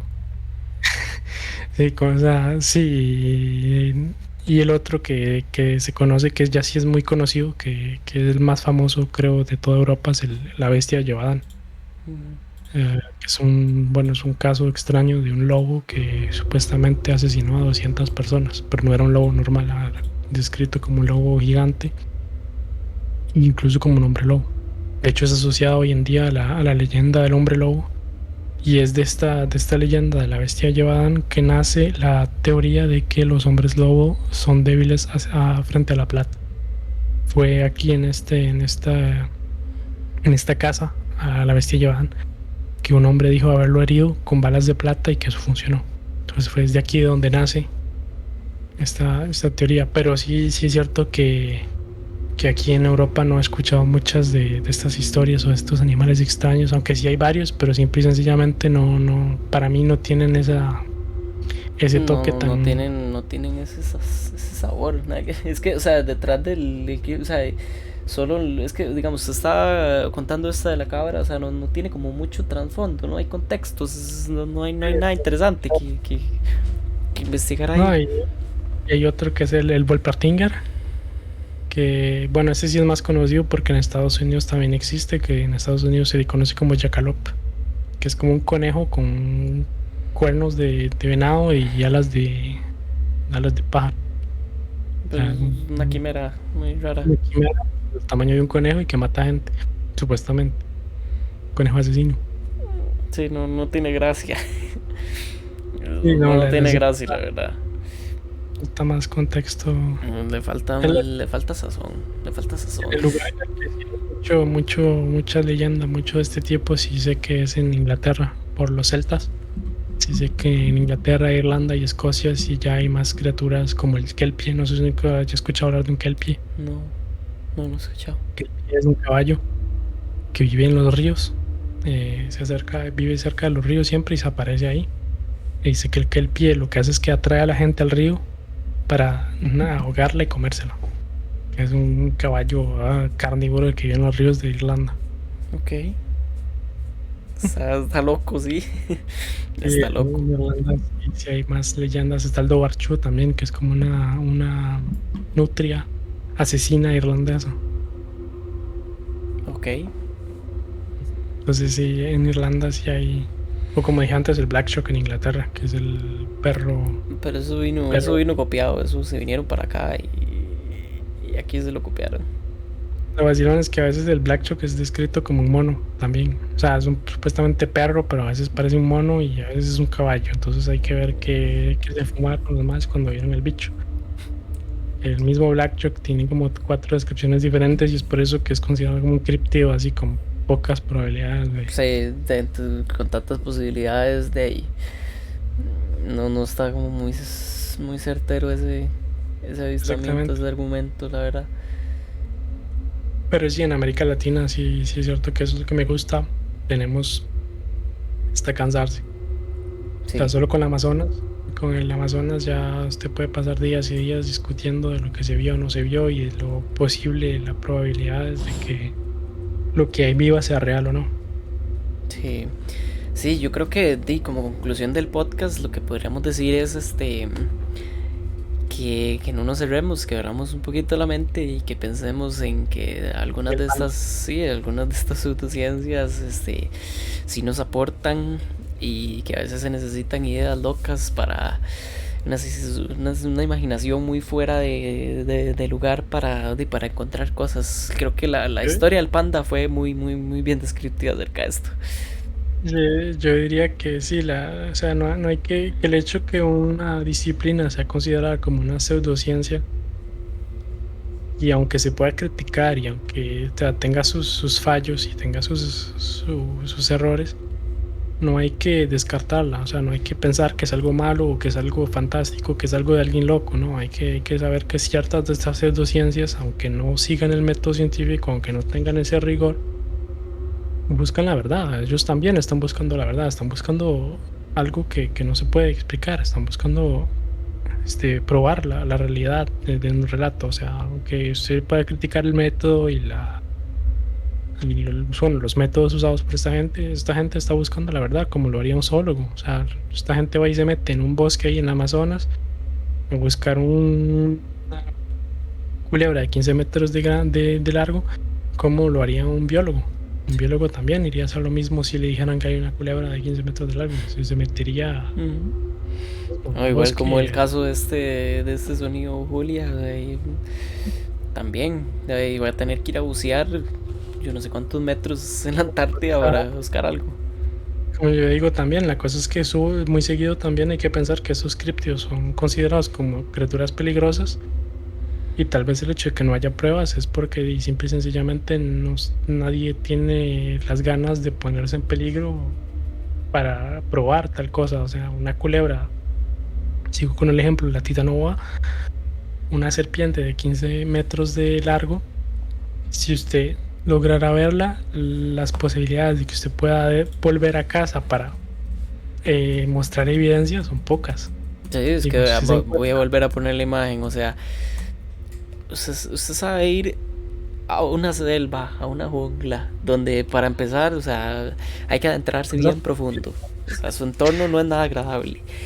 Sí, para empezar, todo lo quiere muerto. Todo se lo quiere comer y todo se lo quiere llevar. Y después encontrarse con semejante bicho como ese calibre.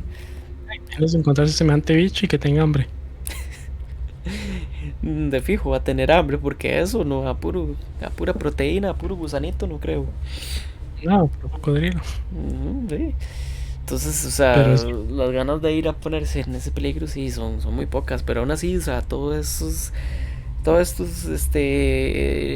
la criptología en general lo que busca es Daisy, como se dice, es nada más encontrar la verdad y ya lo ha logrado en algunas ocasiones. O sea, si fuera que no lo ha hecho, pero ya se ha logrado. Entonces, o sea, creo que sí hay que darle como su mérito también. Exactamente, no hay que descartarla, no hay que pensar que son charlatanes. O sea, no hay que conocer, sí, aunque sí haya charlatanes dentro, que es, sí.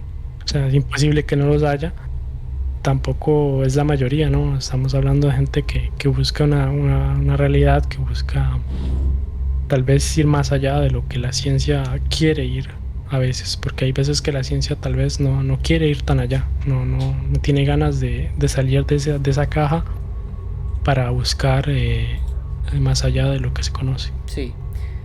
Pero como digo, es que la categoría de probabilidad de la criptozoología, esta escala que se tiene, me parece muy bonita porque parte de lo que es casi que imposible de probar a lo que se acerca más a la ciencia, que usted podría probar la existencia de tal bicho en esta categoría, en la primera categoría, sin cambiar la cara del mundo. O sea, a nadie le importa que exista. Hay un criptio muy conocido que es el White Toreke, que es una nutria neozelandesa que no tiene nada, o sea, simplemente es una nutria, pero vive en Nueva Zelanda. Entonces es un criptio, porque no se conoce, no se, solo se tienen testimonios y así y toda la cosa. Pero si se lograra probar que existe o no, no cambiaría. O sea, no es un animal súper fantástico, así como sería el chupacabras o algo por el estilo, ¿no? Es simplemente una nutria que vive en un lugar que no debería. Entonces sí, Es no como hay que que olvidar es que como que se diga que hay avistamientos de elefantes, o sea, fue en Manuel Antonio. O sea, ya eso sería un ras eh, críptido. se Sí, ha hecho, se porque ha hecho. Hay leyendas de leones amazónicos. No son sí, pumas, no son sí. jaguares, son leones. Ujú. Sí, sí, claro que he Entonces sí, escuchado. un león no tiene nada que hacer en una jungla, pero bueno, quién sabe. ¿Quién sabe? Exactamente, esa es la pregunta, quién sabe. Pero sí, creo que es un tema muy interesante. Creo que lo pudimos abarcar bien. Igual, o sea, esto da para realmente 4 episodios más, porque como estábamos comentando, o sea, hay un montón que se nos quedan por fuera, muy interesantes también. Aquí hablamos Y nada más de manera general, de manera ujú, explicativa, lo que es la criptología, un par de historias para que vayan teniendo una imagen de lo que es. Pero lo más, o sea, si hacemos historias de cada uno de los criptidos, tenemos para años. sí, sí, sí, claro. Y no, y creo que también contamos como las historias más interesantes. Por ejemplo, la del Mothman es muy interesante por todo este tema de los ovni y por el significado que tuvo también. Entonces, digamos, estas son como las historias más interesantes, La, más importantes de los críptidos, pero o sea, hay un montón más. la mona solo fue por orgullo nacional, Sí, la mona fue porque nada Gallo más. Pinto y Salchichón Potencia y mundial. sí, sí, tenía que estar la potencia mundial, sí que no era, Mm, pero sí, o sea, esos son muy interesantes, creo que sí queda para más episodios. mm. Pero sí, sí, creo que podemos abarcarlo bien. Creo que la semana pasada nos habían canjeado los puntos y nos habían pedido que habláramos de teología. Entonces la otra semana nos vamos a embarrialar aquí. Nos vamos a poner espinilleras y casco y nos vamos a mandar aquí a que nos banee Twitch. Pero entonces para que sepan que la otra semana vamos a hablar un poquito de teología. No sé si voy a tener historias, tal vez puede que consiga alguna historia, digamos, dato curioso acerca de la Biblia o cosas así, ¿verdad? Pero sí, para que sepan, entonces la otra semana vamos a estar con ese tema. Va a estar muy, muy interesante. Vamos a debatir un poquito y reflexionar acerca de eso, que va a dar para mucho. Si con este duramos casi 2 horas, el otro viernes vamos a estar 4 horas aquí. pero, pero sí, entonces no sé si tiene alguna ahí conclusión también usted. No, nada más que si la teología va a dar para rato, sobre todo que dependiendo de cómo la abordamos, cómo la abordemos, si va a estar delicada la cosa, va a ser como desarmar una bomba. De fijo, sí. Muchas gracias ahí a Joshua, el podcast de hoy estuvo muy bueno, sigan así, claro. Muchísimas gracias. Nos estamos Buenísimo. esforzando, sí, de aquí tratando de investigar y hablando un poquito más y tratando de traer los temas interesantes, no tan conocidos, para que ustedes se entretengan y aprendan un poquito también, se informen. El del otro viernes también vamos a tratar de tener un debate muy interesante para que también se lleven algo de aquí. Bueno, y igual agradecer a la gente de Solarium Gaming que, bueno, va a estar ahora con nosotros también ayudándonos un poquito. Vamos a estar aquí con esos chicos y ojalá de poderlos también tener unos gameplays y ver si se hace el proyecto de lo que es League of Legends. Ahora, pero más adelante lo vamos a ver. Creo que por ahí está Jagger, que es uno de los líderes de Solarium Gaming. Entonces igual le agradezco también por la suscripción que nos dio. Eso es una super ayuda. Ojalá se dieran más todos los viernes una suscripción. De ahí eso es una ayuda. A todos los chicos que sí nos siguieron, a Jagger, a Eri, a Lotus, a Daniel, a Aleja también. Ahí veo un follow Pero igual, muchísimas gracias a todos ustedes y no, espero poder verlos igual el próximo viernes, en una despedida nada más. Y muchísimas gracias y no, que tengan una buena noche. Y si el video te ayuda a seguir con esa... Y piensen en el panda, ¿no? Que sueñen con el panda. Sí, que piensen en el panda. Panda les dice que reflexionar. Sí, sí, fijo. Entonces, no, eso sería por el día de hoy. Muchísimas gracias a los que estuvieron y que pasen buenas noches. Buenas noches.